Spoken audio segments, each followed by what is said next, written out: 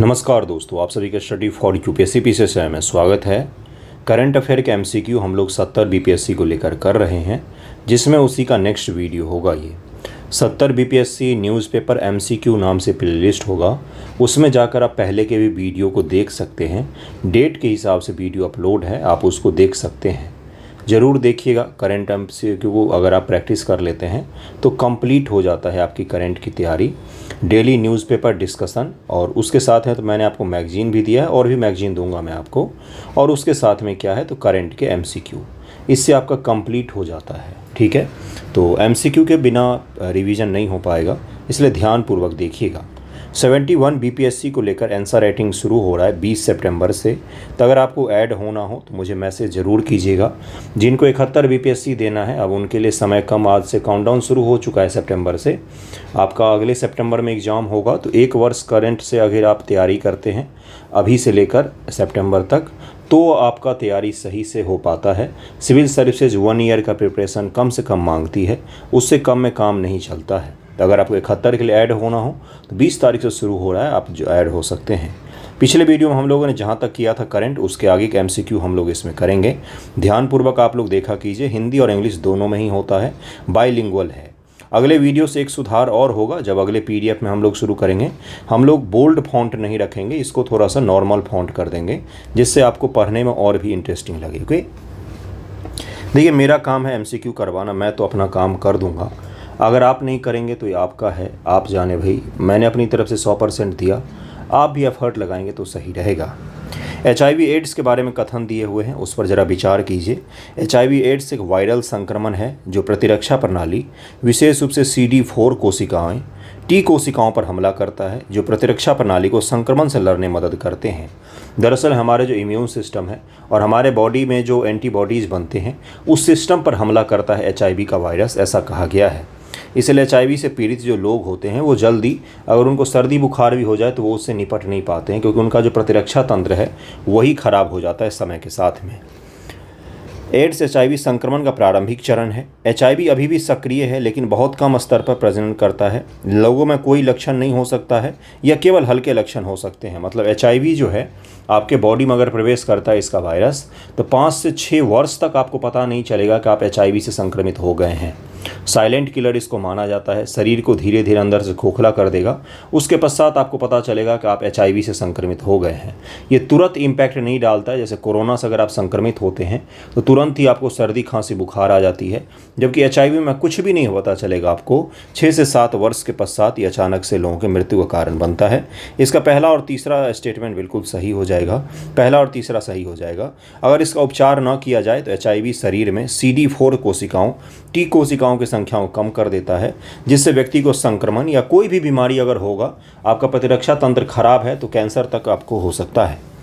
Ads HIV का संक्रमण का अंतिम चरण है। जब प्रतिरक्षा प्रणाली गंभीर रूप से क्षतिग्रस्त हो जाती है तो उसको हम क्या कहते हैं, अब HIV हो चुका है। इसको आपका जो इम्यून सिस्टम, प्रतिरक्षा प्रणाली है, वो पूरी संक्रमित हो जाता है, ख़त्म कर देता है एक तरह से ही। ठीक है, HIV संक्रमण मानव इम्यून डिफिशियंसी वायरस HIV के कारण से होता है। वायरस संक्रमित शरीर तल पदार्थ जैसे रक्त, वीर्य, योनि द्रव, मलाशय द्रव, स्तन के दूध के संपर्क के माध्यम से फैलता है। यही वो माध्यम है जिससे फैलता है। सामान्य तौर पर यौन संपर्क और खून के अदला बदली से फैलता है।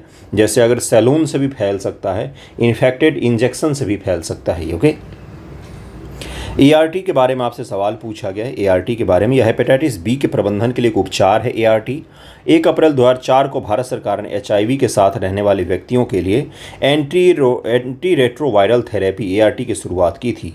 कौन सा कथन सही होगा इसका, तो केवल दूसरा हो जाएगा। और ये ART जो तकनीक है ये एड्स के लिए शुरू किया गया था, भारत सरकार के द्वारा एड्स के लिए शुरू किया गया था। इस थेरेपी का उद्देश्य शरीर में HIV की प्रतिकृति को दबाना है। HIV जो अपना रेप्लिका तैयार करता है, रेप्लिकेशन वृद्धि जो करता रहता है शरीर में, खुद को बढ़ाता रहता है। अगर सामान्य भाषा हम समझेंगे तो उस चीज़ से लड़ता है ART थेरेपी और उसकी प्रतिलिपि बनाने को रोक देता है। 20 साल पहले 1 अप्रैल 2004 को भारत सरकार ने HIV से पीड़ित व्यक्तियों के लिए एंटी रेट्रोवायरल थेरेपी की शुरुआत की थी। अगला सवाल है, भारत में HIV एड्स की रोकथाम के बारे में कौन सा कथन सही है। यहाँ पर 2 स्टेटमेंट दिए गए हैं। HIV या एड्स के प्रसार को रोकने के लिए HIV और एड्स रोकथाम नियंत्रण अधिनियम 2017 बनाया गया है। मानव संसाधन विकास मंत्रालय का प्रोजेक्ट सनराइज 2016 में लॉन्च किया गया था। तो 21 का आंसर क्या हो जाएगा, केवल पहला सही है। सनराइज प्रोजेक्ट जो है वो इससे संबंधित नहीं है। सनराइज प्रोजेक्ट जो है ये स्वास्थ्य और परिवार कल्याण मंत्रालय के द्वारा नॉर्थ ईस्ट के क्षेत्र में HIV को रोकने के लिए चलाया गया था। ये मानव संसाधन विकास मंत्रालय का नहीं है, बल्कि स्वास्थ्य और परिवार कल्याण मंत्रालय का है। ओके, अगला सवाल देखिए क्या है कि मनी लॉन्ड्रिंग के उस समय का ज्वलंत मुद्दा है। प्रवर्तन निदेशालय के बारे में गलत कथन को चुनिए। देखिए मनी लॉन्ड्रिंग इस समय का हो जाएगा। मनी लॉन्ड्रिंग आपको पता ही है कि मनी लॉन्ड्रिंग कितना चर्चा में रहता है। ईडी जो है इसके लिए मुख्य रूप से काम करती है। इन्फोर्समेंट डायरेक्टरेट इसको कहा जाता है। आपने सुना होगा जगह जगह रेड मारती रहती है ईडी। तो ईडी के बारे में आपसे सवाल पूछा गया है, ज़रा मुझे बताइएगा इसका उत्तर। 4 इसमें है। इसका आंसर देखिए क्या है। यह मनी लॉन्ड्रिंग और विदेशी मुद्रा कानूनों के उल्लंघन के अपराधों की जांच करता है।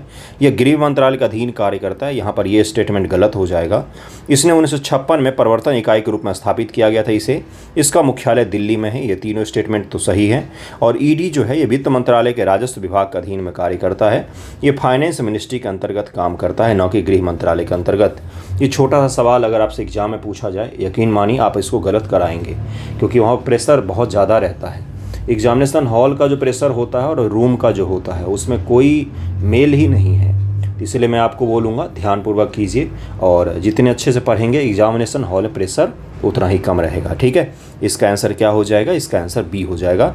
1956 में इसका स्थापना हुई थी। और फेरा अधिनियम कब बनाया गया था, विदेशी मुद्रा विनिमय अधिनियम 1947 में इसको बनाया गया था। ये भी ध्यान रखिएगा।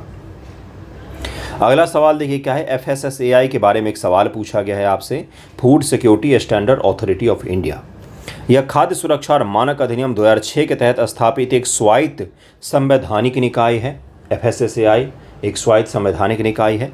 इसका मुख्यालय मुंबई में है। ऊपर में से सही विकल्प को चुनिए। पहला और दूसरा में से कौन सा कथन सही है, या दोनों सही हैं, आपसे पूछा गया है। एक छोटा सा नॉर्मल सा सवाल है। इसका उत्तर क्या हो जाएगा 23 नंबर का। इसका आंसर हो जाएगा केवल 1 सही है यहाँ पर, दूसरा गलत दिया हुआ है।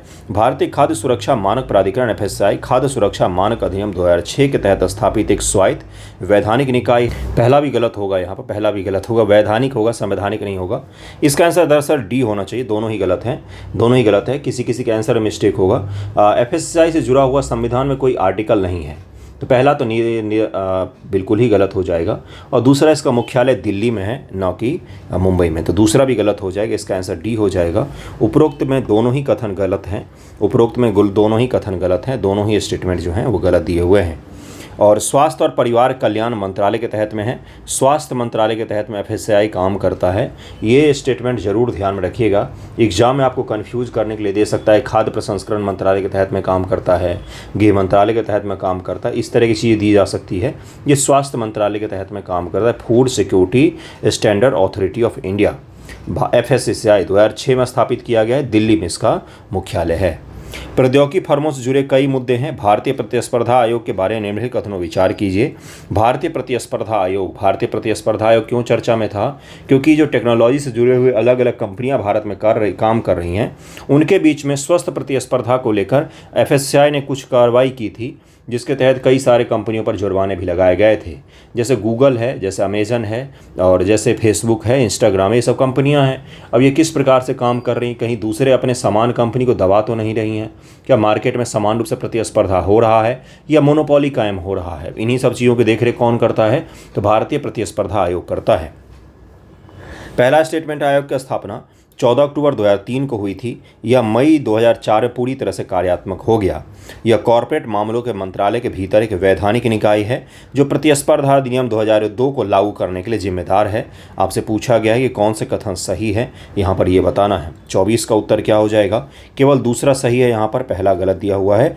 क्या है यहाँ पर देखिए कि गूगल जैसी प्रमुख प्रौद्योगिकी दिग्गज और कई भारतीय फर्मों के बीच में संघर्ष कई साल पहले शुरू हुआ था, जब ऐप डेवलपर्स ने भारतीय प्रतिस्पर्धा आयोग के पास शिकायत दर्ज कराई थी। आपको मैंने बताया था कि कई सारे ऐप को गूगल ने प्ले स्टोर से हटा दिया था, और उसके बाद साथ ही विवाद शुरू हो गया था कि गूगल मोनोपोली कायम करता है। क्योंकि ऐप जो है, जैसे मान लीजिए मैं अपना ऐप बनवाता हूं, तो मुझे ऐप की कीमत देनी पड़ती है। अगर ऐप में मैं कोई चीज़ 100 रुपये का बेच रहा हूं, तो उस पर 20 से 30% तक का टैक्स लगता है। तो 70 रुपये मेरे पास आएगा, और 20 से 30 रुपये किसके पास में चला जाता है, तो गूगल के पास में चला जाता है। तो ये क्या है, एक तरह से क्या दिखाता है कि मोनोपोली कायम कर रखा है। और एंड्रॉयड सिस्टम का फ़ोन अगर आप ख़रीदते हैं तो ऐप तो आपको गूगल प्ले स्टोर से डाउनलोड करना पड़ता है। अगर किसी दूसरे वेबसाइट से आप डाउनलोड करते हैं तो उसमें कई सारी खामियां भी हो सकती, वायरस भी उसके साथ में आ सकता है। तो ये क्या दिखाता है कि गूगल ने कहीं ना कहीं मोनोपोली कायम कर लिया फ़ोन के मार्केट में, पूरा एंड्रॉयड मार्केट उसके पास में कैप्चर हुआ पड़ा है। इसी के दौरान ये प्रतिस्पर्धा आयोग चर्चा में आया था।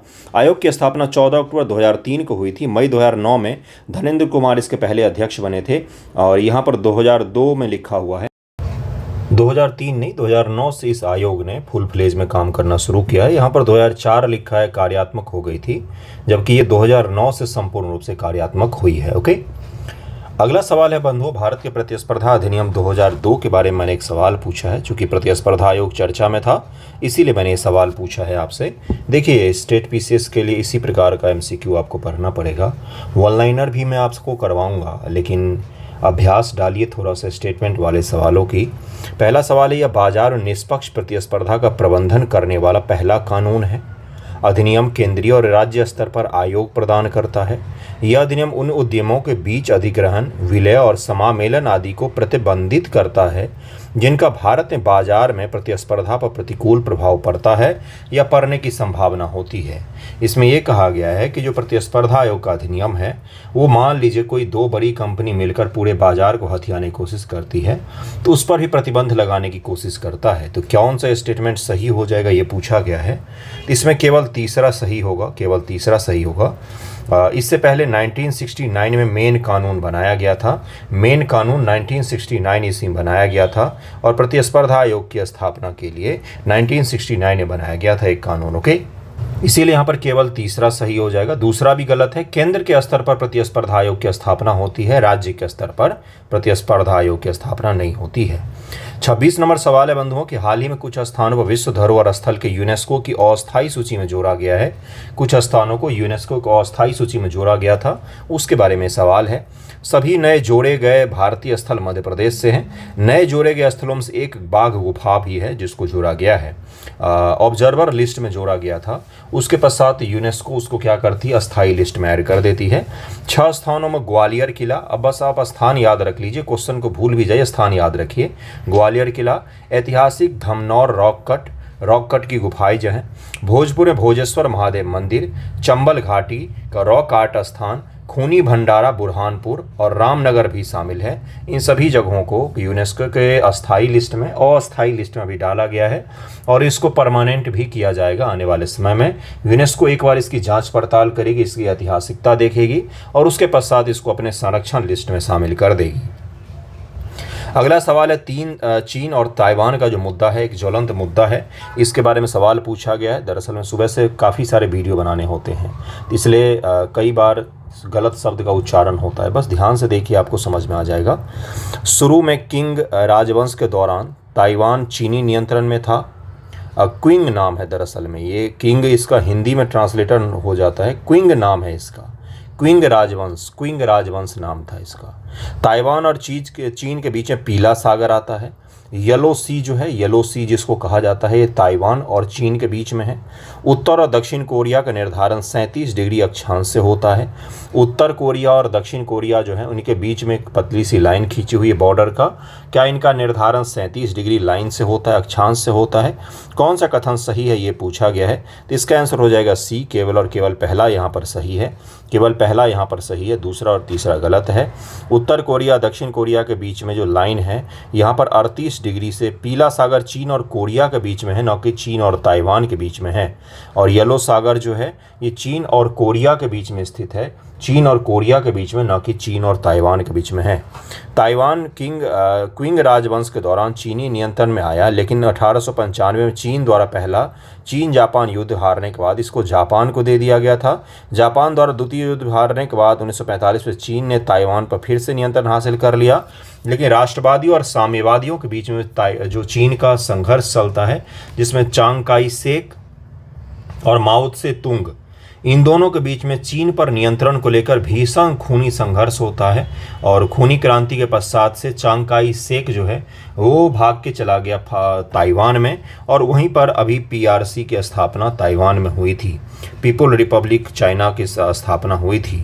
लेकिन वर्तमान का जो चीन है वो उसको अपना ही मानता है और मानता है कि ये उसी का भाग है, जबकि ताइवान में डेमोक्रेसी है और चीन में अभी वन पार्टी सिस्टम कम्युनिस्ट सरकार है। वन चाइना नीति के बारे में आपसे एक सवाल पूछा गया है। यह स्वीकार करता है कि ताइवान और तिब्बत चीन का हिस्सा है। भारत इस नीति को स्वीकार नहीं किया है। ताइवान बोध गया में अपना तीसरा प्रतिनिधि ताइपे आर्थिक व सांस्कृतिक केंद्र खोलेगा। उपयुक्त में से कौन सा कथन गलत है ये आपको पहचानना है। कौन सा कथन गलत है ये आपको पहचानना है। इसका आंसर क्या हो जाएगा बंधुओं 28 का? इसका आंसर हो जाएगा बी। दूसरा और तीसरा यहाँ पर गलत दिया हुआ है। भारत वन चाइना नीति को स्वीकार करता है। भारत की विदेश नीति का सबसे बड़े ब्लंडर में से एक ये था। नेहरू जी के कार्यकाल इतना शानदार रहा, लेकिन उसमें सबसे खराब यही रहा कि उन्होंने वन चाइना नीति को एक तरह से धीरे धीरे करके स्वीकार कर लिया और वर्तमान की मोदी गवर्नमेंट ने ताइवान को चीनी ताइपे नाम दे दिया। बिल्कुल सही सुन रहे हैं आप। तिब्बत को भी उन्होंने चीन का हिस्सा मान लिया, जिस तिब्बत के लिए आज भी दिल्ली में जगह जगह आपको पोस्टर दिखेंगे। तिब्बत के लोग दुकान पर पोस्टर लगा कर रखते हैं, फ्री तिब्बत मूवमेंट चल ही रहा है। तो ये क्या हो जाएगा? केवल और केवल दूसरा तीसरा यहाँ पर गलत है, केवल पहला सही है। एक चीन नीति को स्वीकार करता है भारत, और ताइवान तिब्बत को चीन का हिस्सा मानता है भारत आज भी। हालांकि भारत इस नीति का उपयोग कूटनीतिक दृष्टिकोण से रखने के लिए करता है, यानी अगर भारत एक चीन नीति का विश्वास करता है तो चीन को भी एक भारत नीति में विश्वास करना चाहिए। हालांकि चीन ने किया नहीं है, वो तो अरुणाचल प्रदेश पर भी दावा कर रहा है। भले ही भारत ने 2010 में संयुक्त बयान और आधिकारिक दस्तावेज में एक चीन नीति का पालन करने का उल्लेख बंद कर दिया है, लेकिन चीन के साथ संबंधों के ढांचे के कारण ताइवान के साथ उसका जुड़ाव अभी भी सीमित है। भारत और ताइवान के बीच में औपचारिक राजनयिक संबंध नहीं है, लेकिन 1995 से दोनों पक्षों ने एक दूसरे के राजधानी और प्रतिनिधि कार्यालय बनाए रखा है। हमारा ऑफिशियल रिलेशन नहीं है, लेकिन प्रतिनिधि कार्यालय अभी भी वर्तमान में है। व्यापारिक रिलेशन बहुत अच्छे हैं। भारत विशेष रूप से मुंबई में ताइवान तीसरा ताइपे आर्थिक और सांस्कृतिक केंद्र खोलने जा रहा है। कहां पर? तो मुंबई में। कच्चा तीवू द्वीप को विवाद के बारे में आपसे सवाल पूछा गया। यह निर्जन द्वीप 1947 से श्रीलंका का हिस्सा है। 1974 के समझौते के तहत भारतीय मछुआरों को द्वीप के आसपास मछली पकड़ने की अनुमति है। यह भारत का रामेश्वरम से 14 समुद्री मील की दूरी पर है। तो दूसरा तीसरा सही हो जाएगा, पहला गलत हो जाएगा। 1974 के समझौता के द्वारा 1974 के समझौता के द्वारा इंदिरा गांधी जी की सरकार थी उस समय, और उसके कारण से उन्होंने कच्चा तीवू द्वीप जो है वो श्रीलंका को दे दिया था। इंदिरा गांधी और श्रीलंका के प्रधानमंत्री श्रीमा आर.डी. भंडार नायके के समझौते के द्वारा उनको हस्ताक्षरित किया गया था और मछुआरों के लिए भी इस पर स्वीकृत की गई थी। तो इसका दूसरा और तीसरा तो सही हो जाएगा, पहला यहाँ पर गलत हो जाएगा। पहला यहाँ पर गलत हो जाएगा।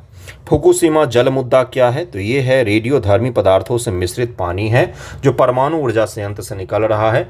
फुकुशिमा परमाणु दुर्घटना 2011 में जापान में इतिहास की सबसे बड़ी परमाणु त्रासदी में से एक हुई थी। जापान में बहुत ही बड़ा भूकंप आया था। भूकंप के बाद सुनामी आई थी, जिसके कारण से वहाँ पर क्या हो गया था, तो फुकुशिमा जो ऊर्जा संयंत्र है उस ऊर्जा संयंत्र में बहुत बड़े संख्या में पानी इकट्ठा हो गए, जो पानी जो है वो रेडियो एक्टिव तत्वों से मिश्रित हैं। अब उन पानियों को कैसे छोड़ा जाए समुद्र में, क्योंकि वो अगर छोड़ दिया जाएगा तो आसपास के खाद्य प्रणाली में रेडियोधर्मी पदार्थ घुस जाएंगे। इसलिए उस पानी को पहले साफ सफाई किया गया जापान की गवर्नमेंट के द्वारा, अब उनको छोड़ा गया है समुद्र में। लेकिन फिर भी साइंटिस्ट उसको लेकर कंसर्न जाहिर कर रहे थे और पानी कोई कम नहीं था, बहुत ही भारी मात्रा में पानी है। तो रेडियोधर्मी पदार्थों से मिश्रित पानी है जो परमाणु ऊर्जा संयंत्र से निकल रहा है। इसी कारण से फुकुशिमा जल मुद्दा चर्चा में रहता है। जापानी लोग तो व्हेल मछली भी खूब बड़े स्तर पर खाते हैं। अगला सवाल है, यूक्रेन में 1987 में हुई चेरनोबिल परमाणु ऊर्जा संयंत्र आपदा के बारे में सवाल पूछा है। यूक्रेन में 1987 में हुई चेरनोबिल परमाणु ऊर्जा संयंत्र आपदा, 3 माइल आइलैंड आपदा यूएसए के पेंसिल्वेनिया क्षेत्र में ज्वालामुखी लावा विस्फोट से संबंधित है। परमाणु ऊर्जा संयंत्र बिजली पैदा करने के लिए परमाणु विखंडन की प्रक्रिया का उपयोग करते हैं। परमाणु विखंडन के उपयोग करते हैं। परमाणु का संलयन का, जुड़ने का या टूटने का, किस प्रक्रिया का उपयोग करते हैं बिजली उत्पादन में? सही कथन को चुनिए, तो इसका आंसर सी हो जाए, केवल तीसरा सही हो जाएगा, केवल तीसरा सही हो जाएगा। चेरनोबिल आपदा जो है 1986 में हुआ था, 1986 में हुआ था। और 3 माइल आइलैंड दुर्घटना जो है ये अमेरिका के पेंसिल्वेनिया में हुआ था। यहाँ पर भी रिएक्टर का जो कोर है वो पिघल गया था और उस कोर के पिघलने के कारण से रेडियो एक्टिव सब्सटेंस लीक होने शुरू हो गए थे। दुनिया के कुछ प्रमुख परमाणु आपदा में से एक है जो चेरनोबिल है। ये उस समय यूएसएसआर का भाग था बंधुओं, वर्तमान में ये यूक्रेन का हिस्सा है, यूक्रेन का हिस्सा है, यूक्रेन का हिस्सा है चेरनोबिल। चेरनोबिल यूक्रेन का हिस्सा है। और ये जो मैंने आपको बताया कौन सा, तो 3 माइल आइलैंड दुर्घटना 1979 अमेरिका में हुआ था। फुकुशिमा परमाणु दुर्घटना ये कहाँ पर हुआ है, तो ये हुआ था आपका जापान में। ये दुनिया के कुछ सिविल प्रोजेक्ट जो परमाणु से जुड़े हुए बनाए गए उनमें दुर्घटना का उदाहरण है ये, कृपया इनको ध्यान में रखें। किस्तीम आपदा ये सोवियत संघ में हुआ था, अब रूस में माइका प्रोडक्शन एसोसिएशन में हुई थी 1957 में। कौन सा सतत विकास लक्ष्य स्वास्थ्य से संबंधित है, तो SDG 3 जो है ये स्वास्थ्य से संबंधित है, SDG 3 जो है ये स्वास्थ्य से संबंधित है। बीमस्टेक चार्टर के बारे में सही कथन पर विचार कीजिए। बीमस्टेक चार्टर के बारे में पहला देखिए क्या है कि बीमस्टेक चार्टर को 2003 में अपनाया गया था। हाल ही में नेपाल ने चार्टर का समर्थन किया है। बीमस्टेक चार्टर का क्षेत्रीय सहयोग और विकास को बढ़ावा देने के लिए 1997 में बीमस्टेक का गठन किया गया था। बीमस्टेक के बारे में एक छोटा सा सवाल आपसे पूछा गया है, इसका उत्तर क्या होगा आपके हिसाब से? 33 का उत्तर हो जाएगा ए, यानी केवल पहला सही है यहाँ पर, केवल पहला यहाँ पर पहला गलत है, यहाँ पर पहला गलत है, पहला गलत है, पहला गलत है, बाकी यहाँ पर सही है।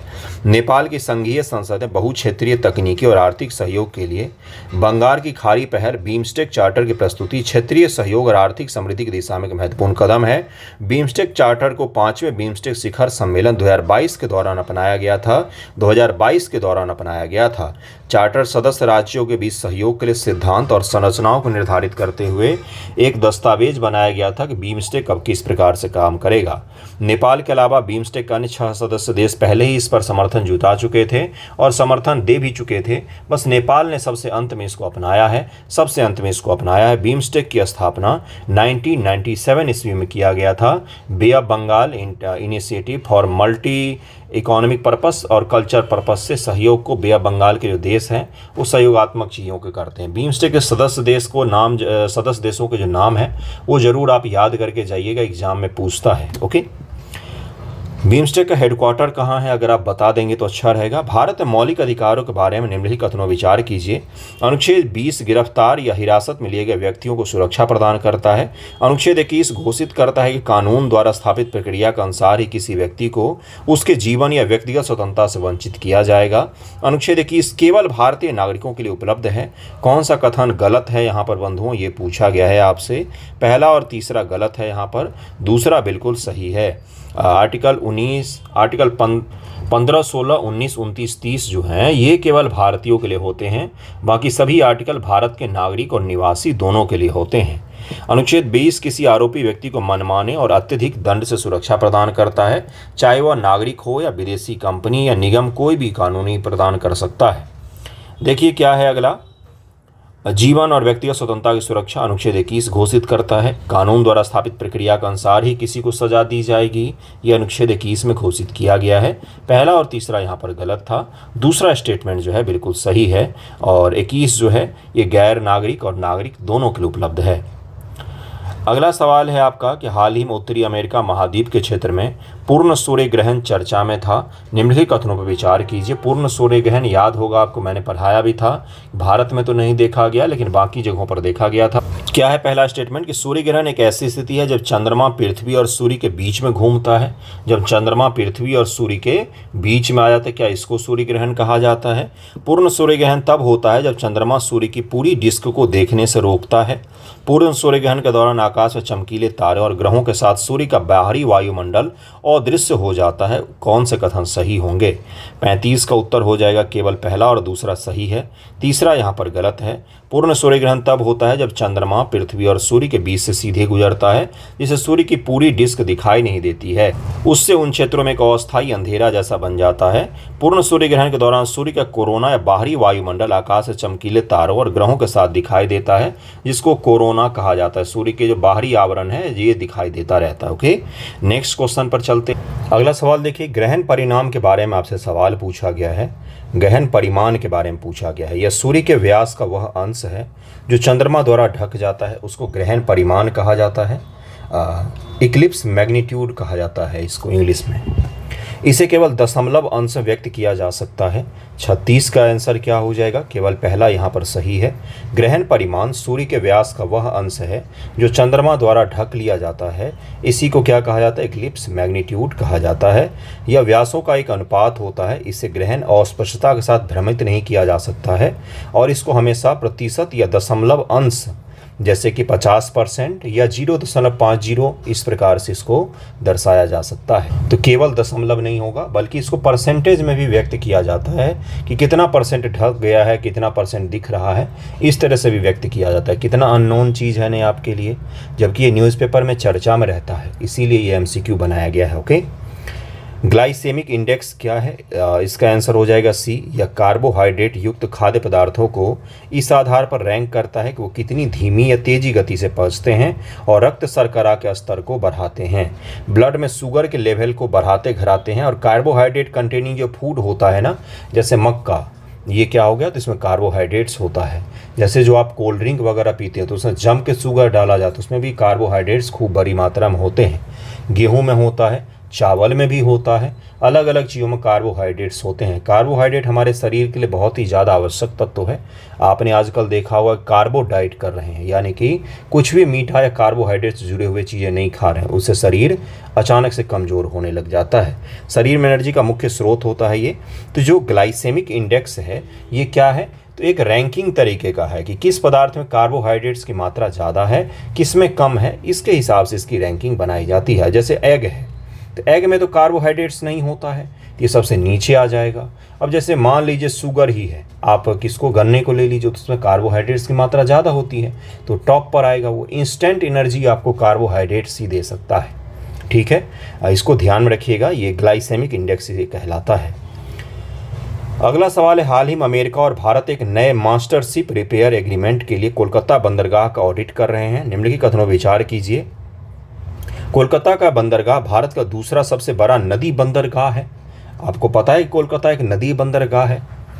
कोलकाता बंदरगाह ज्वारीय बंदरगाह है। क्या आपको पता है ये सब कुछ भी है कि नहीं है नदी बंदरगाह? अब तक 3 ऐसे समझौते पर हस्ताक्षर किए गए हैं। इस समझौते का उद्देश्य भारत को इंडो पैसिफिक में अमेरिकी नौसेना के जहाज के रखरखाव और मरम्मत के लिए एक प्रमुख केंद्र बनाना है। 38 का आंसर हो जाएगा बी। दूसरा और तीसरा सही है, दूसरा और तीसरा सही है। कोलकाता बंदरगाह भारत का एकमात्र नदी किनारे का प्रमुख बंदरगाह है। हुगली नदी जो है उसमें जब ज्वार के कारण से पानी आती है तो जहाज अंदर आ जाते हैं और फिर जब ज्वार आते हैं तो उसी पानी के साथ जहाज जो है वो बाहर जाते हैं। कोलकाता बंदरगाह दरअसल में एक नदी बंदरगाह है बंधुओं, तो इसलिए दूसरा तीसरा यहाँ पर सही हो जाएगा। दूसरा तीसरा यहाँ पर सही हो जाएगा, पहला गलत है। इसका नौवहन चैनल दुनिया में सबसे लंबे चैनल में से एक है। कोलकाता बंदरगाह जो है उसका नौवहन चैनल दुनिया के सबसे बड़े चैनलों में से एक है। अप्रैल 2024 में कोचीन शिपयार्ड लिमिटेड ने भी इसी तरह के सौदे पर हस्ताक्षर किया था। अमेरिकी नौसेना ने पिछले साल लार्सन एंड टूर्बो के साथ मझगांव डॉकयार्ड शिपयार्ड लिमिटेड के साथ भी एक सौदा पर हस्ताक्षर किया था। भारत अमेरिका मास्टरशिप रिपेयर समझौते के बारे में उद्देश्य क्या है कि भारत इंडो पैसिफिक में अमेरिकी नौसेना के जहाज के रखरखाव और मरम्मत का प्रमुख केंद्र बन जाए। जो इंडो पैसिफिक एरिया है जिसमें हिंद महासागर से लेकर प्रशांत महासागर और अफ्रीका के कोस्ट तक जाता है, इस एरिया में अमेरिका का अगर कोई नौसेना का जहाज चल रहा है तो उसको रिपेयर करने के लिए कोलकाता बंदरगाह पर ही आना पड़े। यही हमारा मुख्य उद्देश्य है इसका। भारत अमेरिका मास्टरशिप रिपेयर समझौते के बारे में निम्नलिखित कथनों पर विचार कीजिए। पहला है कि यह समझौता की समीक्षा हर 5 साल में एक आवश्यकतानुसार की जाती है। यह एक गैर वित्तीय समझौता है। यह भारतीय जहाज के निर्माताओं के वाणिज्यिक हितों की पूरा करेगा। इसका आंसर हो जाएगा डी। कौन सा कथन गलत है? तो इसमें से कोई सा भी गलत नहीं है, तीनों के तीनों सही दिए हुए हैं। अगला हिंदू विवाह अधिनियम 1955 बहुत चर्चा में था, इसलिए एक सवाल है यहाँ पर। यह वैवाहिक हिंदू जोड़े से संबंधित है। सिख विवाह भी इस अधिनियम के तहत में शासित होते हैं। इस अधिनियम के अनुसार पक्ष अस्वस्थ दिमाग के कारण अपनी शादी के लिए सहमति देने में असमर्थ है। तो कौन सा हो जाएगा? मतलब कि अस्वस्थ दिमाग के आधार पर आप शादी से अलग भी हो सकते हैं। तो 40 का आंसर क्या हो जाएगा? इसका आंसर पहला और दूसरा सही हो जाएगा। पहला और दूसरा यहाँ पर सही दिया हुआ है, पहला और दूसरा सही दिया हुआ है। अगले सवाल पर चलते हैं। पहला और दूसरा सही था और आज का अंतिम सवाल यही है। इस पीडीएफ में एंड हो गया है क्वेश्चंस का। इसके मैं आपको वो दे दूंगा, पीडीएफ दे दूंगा। इससे पहले के पीडीएफ मैंने अपने मुख्य चैनल पर शेयर कर दिए हैं, आपको मिल गया होगा। देखिए सवाल क्या है कि हाल ही में उपराष्ट्रपति जगदीप धनखड़ ने बिहार में IIM बोधगया के 6ठे दीक्षांत समारोह को संबोधित किया। तो आपसे सवाल पूछा गया है, महाबोधि मंदिर बोधगया का प्रसिद्ध धार्मिक स्थल है। मंदिर मूल रूप से सम्राट अशोक द्वारा पूरी तरह से ईंटों से बनाया गया था। मंदिर को 2012 में यूनेस्को के विश्व धरोहर स्थल के रूप में मान्यता दी गई। उपयुक्त कथनों में से कौन से सही है? इसका आंसर हो जाएगा कि केवल पहला यहाँ पर सही है, दूसरा तीसरा यहाँ पर गलत दिया हुआ है। यह बिहार में IIM बोधगया के 6ठे दीक्षांत समारोह में गए थे हमारे उपराष्ट्रपति जगदीप धनखड़ जी। और भगवान बुद्ध के जीवन और विशेष रूप से ज्ञान प्राप्ति संबंधी 4 पवित्र स्थलों में से एक माना जाता है इसको। ओके, दूसरा स्टेटमेंट क्यों गलत है? क्योंकि ये गुप्तों के पीरियड बनाया गया था, ईंटों से गुप्तों के पीरियड बनाया गया था। और 2012 नहीं बल्कि 2002 में इसको यूनेस्को के हेरिटेज लिस्ट में शामिल किया गया था। 2002 में इसको यूनेस्को के हेरिटेज लिस्ट में शामिल किया गया था। ओके, तो आज का करंट अफेयर MCQ का वीडियो यहीं पर एंड होता है। वीडियो के बारे में ज़रूर बताइएगा कैसा लगा है। थैंक यू सो मच आप सभी का।